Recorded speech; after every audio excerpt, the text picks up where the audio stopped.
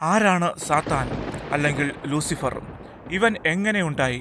വിശുദ്ധ പുസ്തകമായ ബൈബിളിൻ്റെ അടിസ്ഥാനത്തിൽ പറയുമ്പോൾ സാത്താൻ യഥാർത്ഥത്തിൽ ദൈവത്തിൻ്റെ ഒരു ദൂതനായിരുന്നു.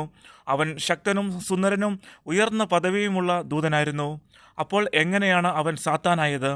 അവൻ ദൈവത്തെപ്പോലെയാകുവാനും ദൈവത്തെ അട്ടിമറിക്കുവാനും ആഗ്രഹിച്ചു.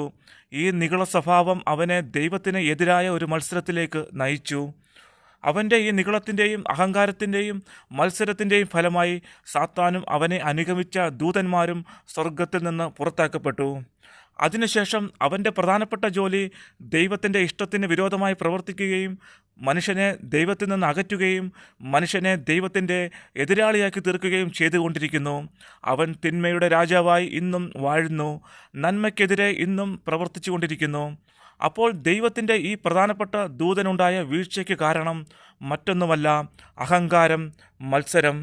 ഈ അഹങ്കാരം അല്ലെങ്കിൽ മത്സരം എന്ന സ്വഭാവം ഇന്നും മനുഷ്യൻ്റെ ജീവിതത്തിൽ വളരെ ആക്റ്റീവായി പ്രവർത്തിച്ചു കൊണ്ടിരിക്കുന്നു. ഇതിൻ്റെ ഫലം മനുഷ്യനുണ്ടാകുന്നതും വൻ വീഴ്ച തന്നെയാണ്.